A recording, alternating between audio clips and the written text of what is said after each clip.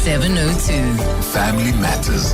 Today, I want us to have a discussion around the impact of a narcissistic personality disorder on the individual who suffered from it and the people around them. This is a disorder that involves that pattern of self-centered, arrogant thinking, behavior, a lack of empathy and consideration for other people, the excessive need for admiration. Others often describe people with NPD as cocky, as manipulative, selfish, patronizing, they're demanding. I want to know if you are in a relationship with someone like that. Is it someone you are friends with, maybe a colleague, a sibling? How does that condition affect your relationship with them? Because it's a complex psychological condition, and it can impact not only the individual diagnosed with it, but those around them too. It's not only the excessive need for admiration, it's also just the disregard of other people's feelings. It's the inability to handle any criticism. It's that sense of entitlement. So let's explore the dynamics that come with the condition and how families can deal with a loved one who has this type of condition. You can send me your experiences and your inputs on the subject on 011-883-0702. That's where you can call. The WhatsApp line is 072-702-1702 if you prefer to send a text or send a WhatsApp voice note. Kefilwe Mojapelo is going to guide us through this discussion. Kefilwe is a psychosocial wellbeing practitioner and social worker from KM Psych Services. Kefilwe, thank you so much for making time for us. Good morning. Morning, Clement. How are you? I'm all right. I appreciate you availing yourself for this important conversation. So when we talk about the narcissistic personality disorder, how do you describe it? Morning to the listeners as well, and thank you, Clement, as well for the time. You've roughly went through it, nicely introduced it. So we can say when we say narcissism, a narcissistic person, what are the key features? We're looking at a need to be admired or a need for admiration, somebody who shows a high level of arrogance, somebody who exploits others and has an exploitative behavior and attitude. And most of them, they lack empathy. It's all about them. I'm self-centered. If I'm a narcissist, it's all about me. And I'm unable to take myself outside myself and look at another person from their context or view. So that's the narcissism, and they're occupied with this view of self-importance. I'm so important. People need me. So wherever you go, in families where they are, it's all about them. I'm important. Everything is done for them, and it's about them. Sure. So how do I know that I have that narcissistic personality disorder? Someone once made an example of a friend of theirs who apparently from the people around him has this narcissistic personality disorder. And every time they talk about narcissists, this friend comments as though he's not. And the friends around him always look surprised, and they think, is this guy really kidding? Because all of us around him think he's a narcissist, but when he comments about such people, he thinks he's not. So how do people know that they are narcissists? We went through it. One can see and evaluate for themselves if they are, number one, if you are hypersensitive to critique, you feel like people don't have the right to criticize, and you feel like you've got the right to criticize. So now that is that. And you've got an unrealistic positive view about yourself. Everything that is just unrealistic. Of course, there's a positive view that one must have, but that one is unrealistic. And often they cannot even handle stress. They cannot emotionally regulate. They are aggressive when anything about themselves is threatened. And they rely on others to be praised, or they want to dominate in most of the social settings. If I'm with my friends, I want to talk. I'm always the one talking. It's all about me. When somebody says something, I'm like, it happened to me. I never listen to people. It's all about me, and I want to be praised. the self-esteem, everything must be centered around me. So mostly if you see that about you, then you definitely know that, then I'm a narcissist. Sure. I'm going to go to some calls in a moment. Help us understand, Kefilwe, whether there are links to your childhood. How do people develop this kind of disorder? Is it people who were abandoned when they were children? What are the links you look at when you see someone with a disorder and you're trying to trace it back to their childhood and upbringing? Well, some have been as children abused. Some had parents who suffered mental health issues.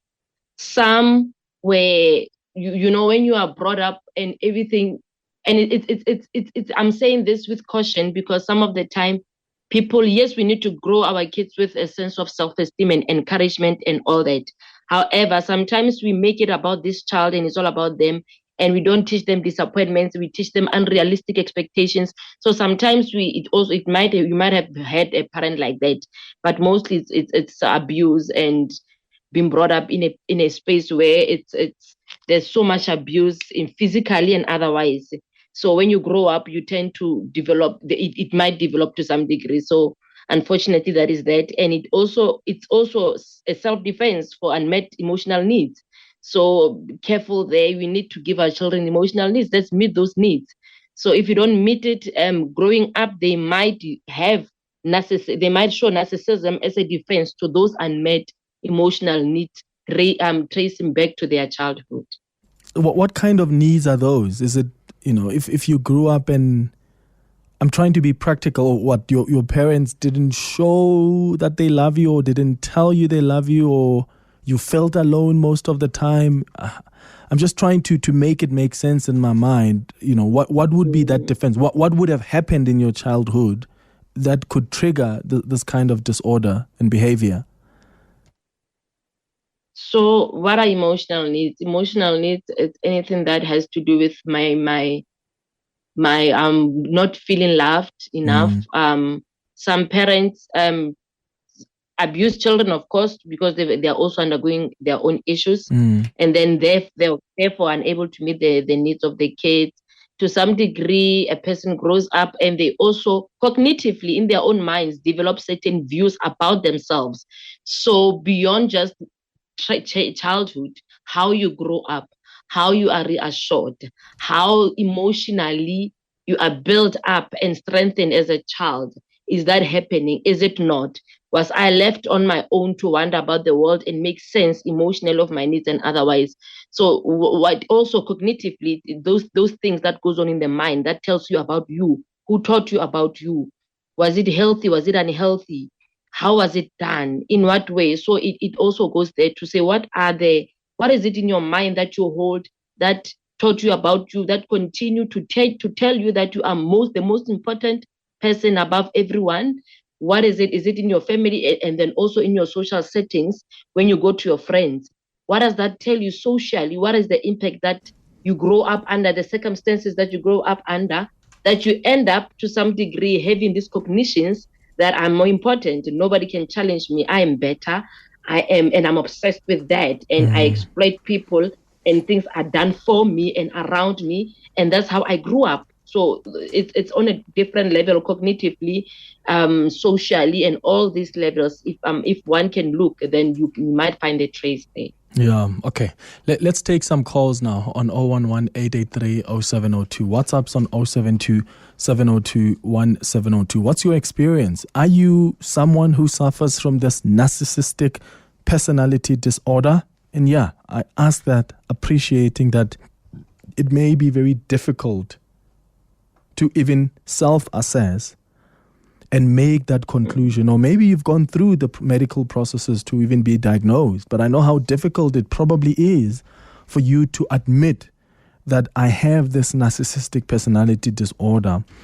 Why don't you call us and tell us, how has it been dealing with and how has it affected your relationships? Or maybe you know of someone, you're in a relationship or married to one, you've got a friend who is, your sibling, your parent, it could be anyone you've interacted with who's got this condition. How did it affect your relationship? Wendy, you're calling from Benoni. Hi. Good morning, Clement. How are you? Good. Wendy, how are you? I am well, thank you. Actually, in my case, I was in a relationship with such individual for full 17 years. And the issue is that he refused blindly to recognize how his attributes are affecting the rest of the family. The issue became when our older daughter takes over the same narcissistic behaviors. And she started to feel entitlement, to threaten us, to fake, fake panic attacks, all of the issues. But after I left the relationship, I took my kids to the psychologist, and I printed the document about narcissistic behaviors, and we went through it with her. And each time she does something wrong, I ask her to be the one who tells me if there was the correct manner or was it a narcissistic behavior. And slowly she changed. She is such a lovely child now. The issue with the adults, it comes from the trauma, the childhood trauma, and if a person is not willing to deal with their trauma or their issues or to recognize, then it becomes toxic to everyone and they become physical at the end of the day. Yeah, sure, Wendy. Thank you for sharing that with us. And you guys were together for 17 years, yeah? Yes, it was just right after my high school, but now, yes, I left him. Sure. Wendy in Benoni, thanks for calling. King in Alberton, hi. Hi, Clement. How are you doing? Good. How are you? Lovely, man. Fantastic show and good topics always. Thank you, my brother. Sure. Look, I attended court. I appeared in court 27 times with a narcissist who opened 6 non-existent cases against me. And I tell you, it made me understand just how sick narcissist people are, and they never admit that they are. And he and I used to be great friends, very good friends. Out of the blue, he just changed because he was going through stuff in his marriage. When I tried to explain to him and tell him, you are abusing the wife, this is how it should handle things, he said, I'm sleeping with his wife. He went and opened cases against me. 6 of them. 6. I attended court 27 times. Wow. Yeah, so he and I don't talk anymore. The court said he must stay away from me, I stay away from him. And they said it's a serious condition. Sure. Wow. And when last did you guys see each other? I see him all the time. He works somewhere where I go and do shopping all the time. So I see him often, but I don't talk to him. He's embarrassed when he sees me because he knows what he did. He loves good friends. You know. King, thanks for calling, man. George in Randfontein, hi. Hi, how are you? How are you doing, Clement? Good, man. How are you? I'm good, man. I have to put my 2 cents in. Yeah. I've got a partner that is like that, exactly like that. If something benefits her 100%, she wants it done immediately. If it benefits both of us, like me and her and the kids, she doesn't want that done. She delays it, she postpones it, she comes up with excuses all the time. She's the most important thing in the relationship. And she wants nothing when it benefits the whole family, basically. Even today, we were supposed to go for an appointment at 3. She just cancelled. She just cancelled because it's going to benefit all of us, because we're going to have, it's what you guys are talking about is a difficult thing to live under. It's very, very, very difficult. Are you married to this person, George? Or? I've been trying to pay Lobola for the last 3 years. Yeah. I can't, because every time I have to do it, there's this thing.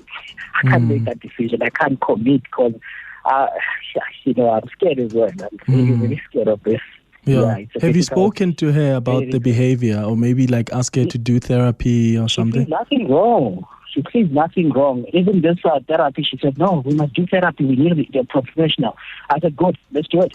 And I booked an appointment, confirmed it yesterday. This morning she said, now I've got commitment. I can't do this. There's something I need to do. I can't do this. So, because it was going to benefit all of us. That's the thing. George, I'm sorry about that, man. Man, I wish anyone that has the same behavior can just, it's something that destroys everything. Even we were committing to buy a house together, and when we going to view the house, there's something. We're completely, there's always something. You know, but when she has to buy something, or I have to buy her something, see. And this is someone she'll wake up even at 5 o'clock to get it in the morning to prepare. And this is someone you love, yeah, George? I truly love her. You know what? If this can change, I'll pay my wallet tomorrow and marry her and complete everything. This is the person I thought I could, do everything with. George, askis, man. I'm sorry. And I'm wishing you all the best. I hope you guys will end up going to therapy, because I think that will help both of you. George and Randfontein, thanks for calling. Kefilwe, yeah, and that's the reason I was asking earlier, that there are certain people, you raise these issues with them, they don't see anything wrong. They think they are just okay, and you're not accepting them for who they are. How do you think this kind of behavior and disorder manifests in interpersonal relationships? What are some of the common challenges that are faced by the individuals who have relationships with people with this disorder, with this behavior?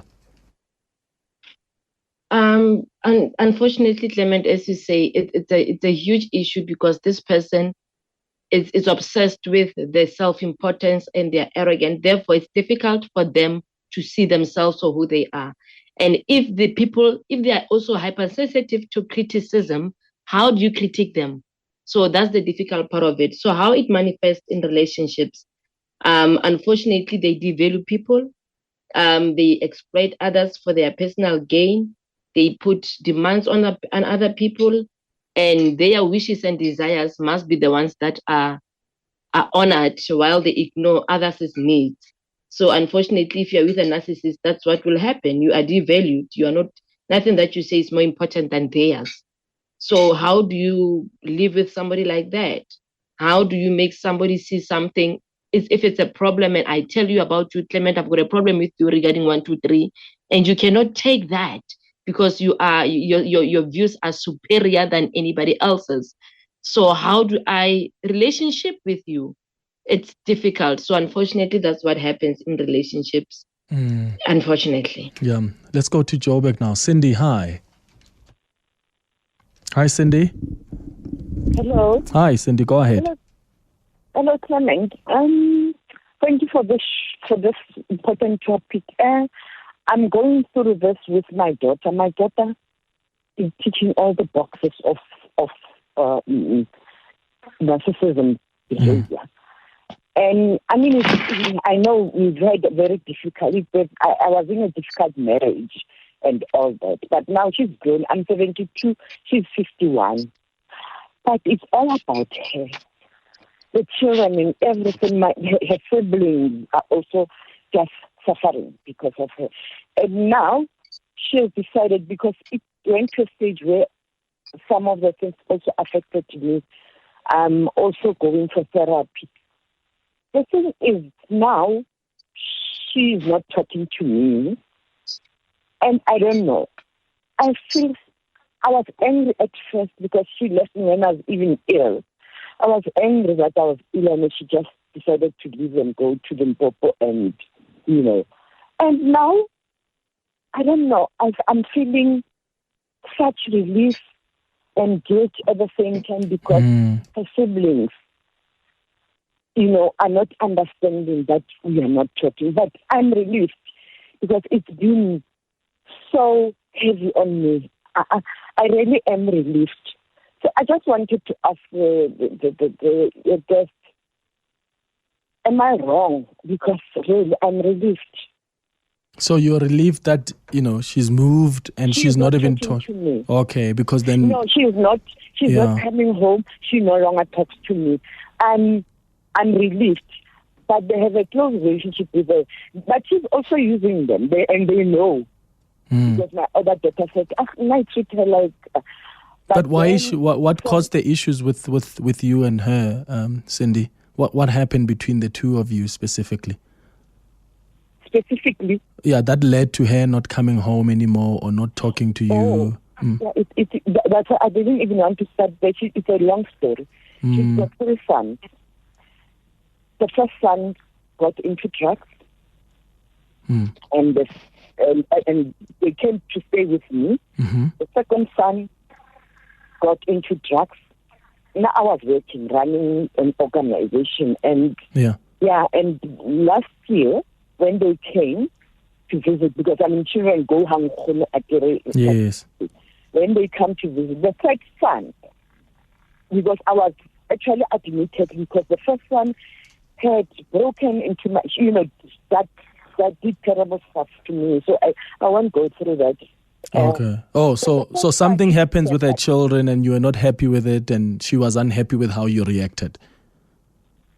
Yeah, because when I said to her, no, the young one now is starting and trying to, and the siblings got involved, and my youngest one said, okay, I'll take the boy to stay with me, Mama, you can't, because I'd just been released from hospital. And now she decided that this is it, because she said, my children, if my children didn't come to your house, they wouldn't be. It's so many things that is done, but what broke the camera is that it's the one in December. I'm talking about a 51-year-old who's not working, who's not doing, who's surviving on the siblings' contributions. Yes. No, Cindy, thank you for sharing it with us. I'll ask Kefilwe to respond after the headlines about, just the complexity of how you are approaching this. You're feeling guilty, but at the same time you're feeling relieved. Is it possible? And what can be done when you're constantly caught in that middle ground of guilt and relief? So I'll get Kefilwe to respond to that after the headlines. It's exactly 11:30. 7:02. Family Matters. Kefilwe Mojapelo is our guest on our Family Matters feature this morning, a psychosocial well-being practitioner and social worker from KM Psych Services. We are discussing narcissistic personality disorder, and I want to know how you have been impacted by this kind of behavior and disorder.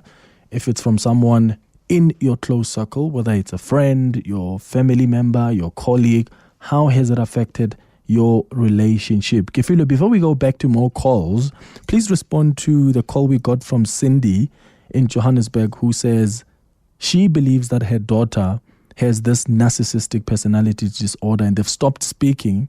And she says sometimes she finds herself in the middle, feeling a little bit guilty, but also a little relieved that the daughter is not speaking to her. So what normally happens, Clement, is that I'm key on relationships and families. So normally when that happens, I would say, let's look at it in two ways. Yes, she's a mother of a 50-year-old. And it's said the relational breakdown, it's not always acceptable. It's said this is your child, that you're losing contact with them. However, as a therapist, I'm more interested in your well-being, because then you are mentally healthy and otherwise, because when your mental health is not well, you are mentally ill, it affects your physical well-being.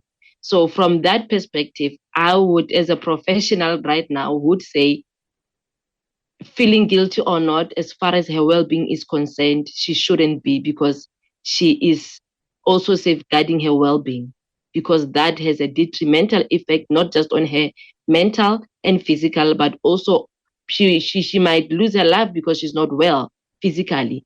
So that would now mean that other kids have to lose out on their mother. So I would say from that point, I would say for her mental well-being, good. However, for the relational breakdown between her and her daughter, this is a relationship. This is her daughter. It's not just anyone. Unfortunately, that one, then I'm sad about that.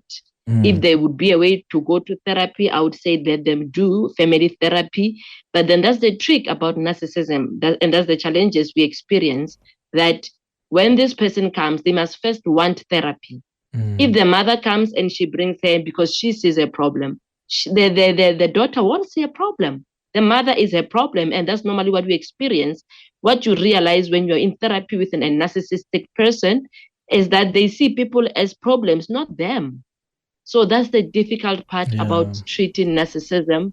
So unfortunately for that one, I'm sad about it. But until she personally sees that she's going through this and she's a narcissist, then only then would then help come in, and then only then would interpersonal relationships or relationships with her family and other people around her would they improve. Okay. Only then. All right. Let's go to Simpiwe in Randburg. Simpiwe, hi. Hi, Clement. What an interesting topic that you're discussing here. I think your guest has just answered one part of the question on how do you help these people. But I think over and above that is how do you actually leave such a relationship? Sometimes it's hard to leave I'm married to one for 18 years now. And the only thing that matters to my wife is herself. And that's it. Nobody else. Very manipulative, takes you through a lot of guilt trips, selfish, and one thing that really destroys me is the bad mouthing. She would bad mouth you to friends, bad mouth you to family, cause that divide between your family and yourself. And they actually like causing that conflict between your family and yourself so that they can be able to control you and manipulate you. So actually my question is around the courage to living such a person, because you got kids, you got a lot invested in this relationship, but you do realize actually I need to leave. I'll listen on the radio. Yes, and Simpiwe, I'm imagining you've tried everything. You've tried to talk to your wife. You've tried to include therapy. You've had a mediator. We've been to counseling, and whenever the counselor would give us exercises to do, it will just, disappear and thin, and nothing happens. Yeah, okay. Nothing happens. Let's hear from Kefilwe, and good luck, Simpiwe, hey? Thanks. Sharp, man. Thank you for calling. Kefilwe? Hi, Clement. I would ask, I'm honestly being in the position that I'm at. How do we stay in relationship for kids? Yes, we do. And unfortunately, being on the other side, I see the impact thereof. That you stay for the kids, saying you are staying for the kids. But the same kids, when they come to me for therapy, they wonder why you even stay in that relationship. And to some degree, parents later on take this as they take it very personal, that they compromise their lives and themselves for the kids. Later on, the kids come and say, why did you stay? Because today I am this person, consequently because of the relationship you had with this man or woman. So my counter question to that, and I'm going to add some controversy and ask, do we really need to stay for kids in relationships? Because these kids, unfortunately, and I see it a lot in therapy, they will come later on, either now as kids or later on as parents, and say, why did you stay? And accuse the mother and ask, why did you stay? Because unfortunately, because of that, I'm bitter. I'm this person. I don't like relationships. I hate this. I hate that. Intrapersonally, I cannot connect because I was not brought up in a healthy family. So ponder on that to say, when you stay for other reasons but the kids. And when you stay for so long, what did you stay for? Perhaps what you stood for was much more than living. And I'm not saying people must necessarily up and leave, but to some degree, we limit ourselves to relationships that are not healthy. And unfortunately, some people die, unfortunately, because of such relationships. Or kids end up committing suicide because of such relationships. Yeah. So it's a big thing. I would honestly don't say stay for the kids. If you're staying, have your reasons why you're staying. And for such long time, why are you staying? What has happened? There's a lot of questions that I would ask around that. And if I would honestly bring one of my kids in therapy and say, come and talk, so that people hear us as parents. Let's hear from the kids' perspective what they think about us when we stay in marriages that are not working, are dysfunctional. Yeah, no, Kefilwe, I hear you there. And also, we think children are not able to see these things. Children can see that there's tension between mommy and daddy, or mommy and mommy, or daddy and daddy, whatever the arrangement is. They can see. And you think I'm doing it for them, but you are also subjecting them to an environment that's not even healthy for them. And as you said, Kefilwe, they grow up later on, they are dealing with issues that they've got their genesis and foundation there at how our parents were treating each other. Julia, you're in the Val. Hi. Hello, Clement. Hi, Julia. Yes, hi. I've got a sister who's a narcissist. This person lies, she manipulates, she controls, she bullies. And because she's got money, it's a bit easy for her, I guess, to do all these things. And unfortunately for me, she has isolated me, she's isolated me from my other siblings because she lies about me. The other two siblings hardly ever challenge her. They take anything and everything that she says. But because I want accountability, I'm now the enemy, per se, So she's isolated me, and I think also for my own health and peace of mind, I stay away from them because she will say the most horrible things about me, and neither of my other siblings will even have the decency to call and ask me my side of the story, They just automatically take her side, and it breaks my heart. Now it has gone down to, because with her it's divide and rule. When she sees that I'm getting along with the other sibling, she lies and causes division. When she sees I'm getting along with the other, she works with divide and rule because things have to be in her terms. Sure. But the sad part now is she's now gotten down to lying about our kids. She's now lied about my niece, my brother, and his daughter are not even on speaking terms because of my sister's lies. She lied about my own daughter, and luckily for me, I just put a stop to it. I confronted her about it. And whenever there's supposed to be a meeting, she's a drama queen of note. Things never happen because she's got 1,010,000 excuses as to why she should not be held accountable and answer for the kind of things that she does. So living and having a narcissist in your life, Clement, it is heartbreaking because it destroys families. And these people never want help because with her, everybody's a problem except for her. Them. That's the thing. They don't see anything wrong. Everybody else is the problem. They see themselves as, no, I'm more stern. I say it like it is. They're trying to come up with ways to explain their behavior. Julia, thanks for calling. Matseko in Rustenburg, hi. Hi, how are you? Good, Matseko, how are you? I'm good. This topic has actually taken me back to years when I was still married to a narcissist. My ex-husband was a very learned person. He was a professor at one of the distinguished universities in South Africa. I was married to a man who would literally badmouth me to his friends and his family, including my siblings as well. But the worst part was when he went to my pastor. And I left to my pastor there, and I was an elder at my church. I left to the pastor that I'm dating someone not far from where we lived. We had two houses, one in Rustenburg and one in Midrand. And I was working in Rustenburg, so I was staying in the house in Rustenburg. But he alleged that I'm dating someone in Midrand, not far from his house. How would that be possible when I had all the time in Rustenburg to be dating someone? And I was in the early menopause stage.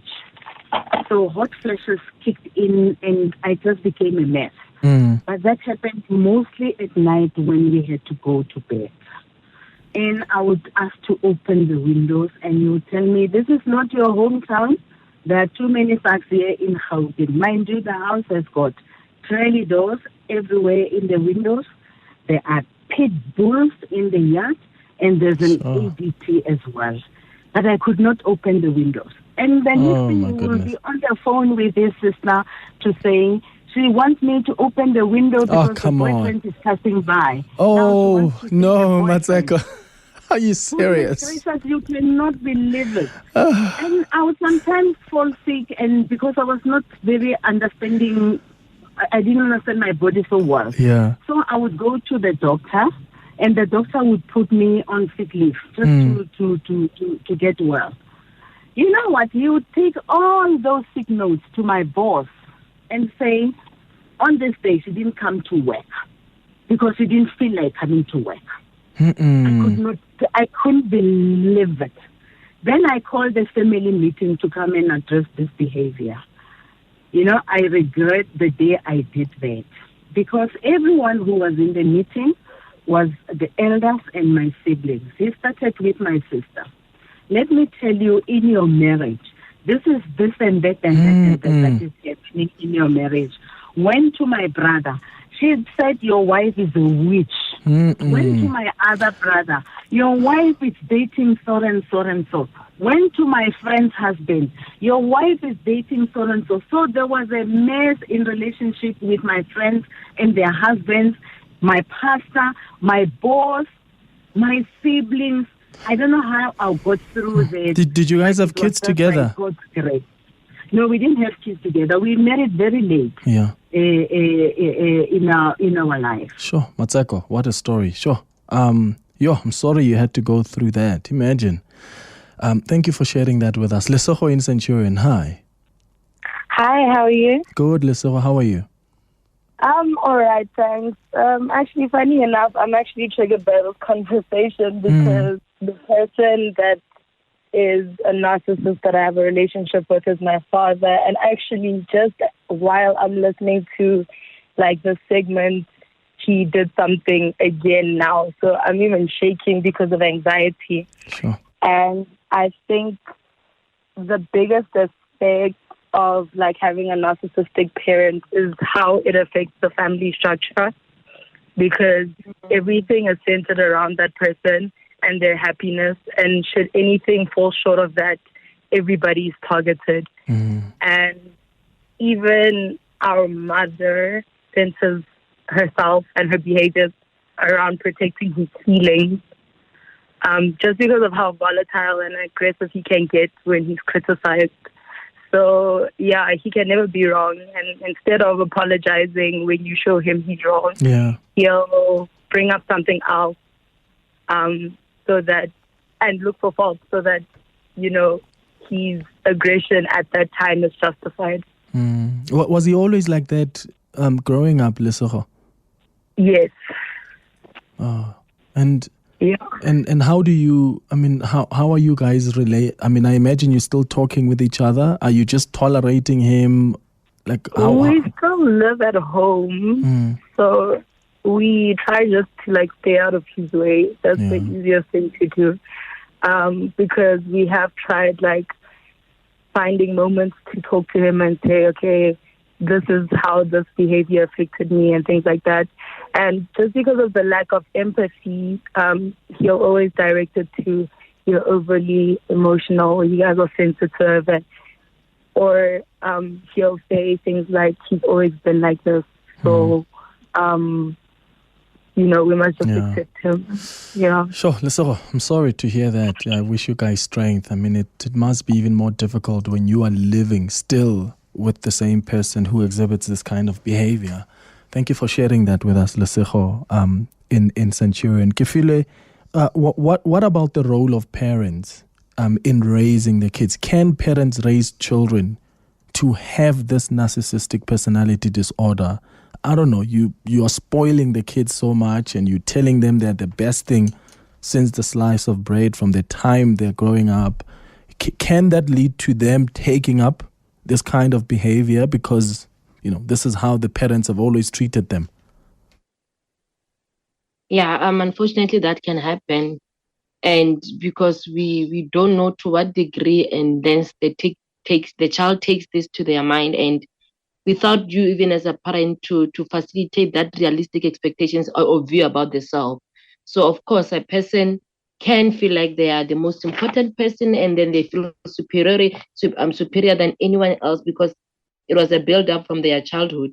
And to a large degree, you don't know unconsciously what does that to a child. And even on a deeper level, beyond what you can see, you don't know how, even in their social spaces, when I go to school, because I'm brought up with a BMW at home, when they get to their social spaces, they might also feel superior.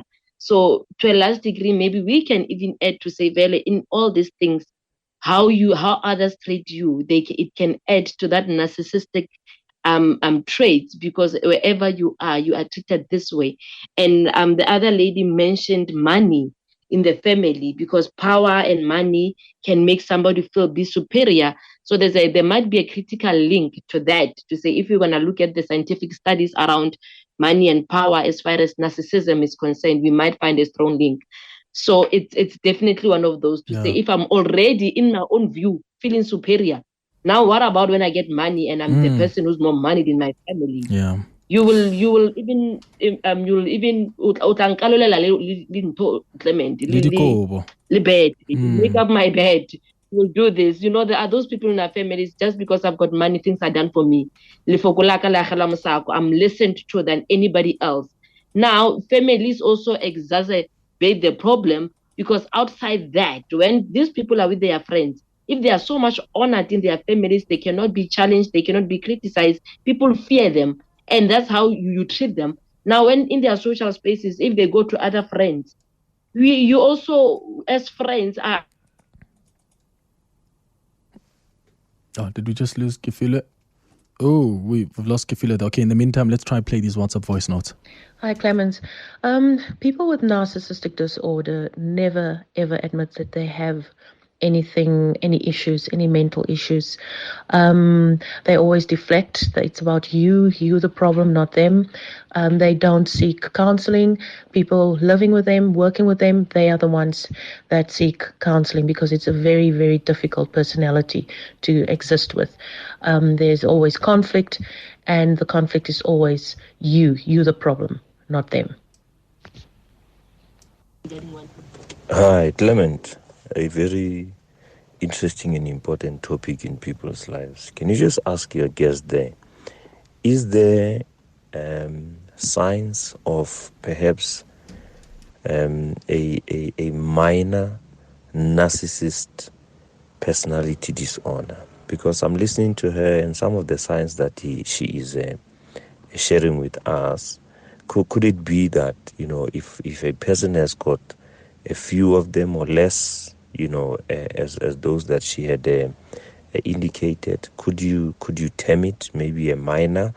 And if so, how then, you know, would she advise that you deal with such a thing? Thank you, Khosi Soweto. Yeah, Khosi, I think she gave us a few examples at the beginning of when we started this conversation. So maybe just listen back on the podcast. Unfortunately, we've also lost her because of the network. But she did touch on the, you know, various ways you can pick it up.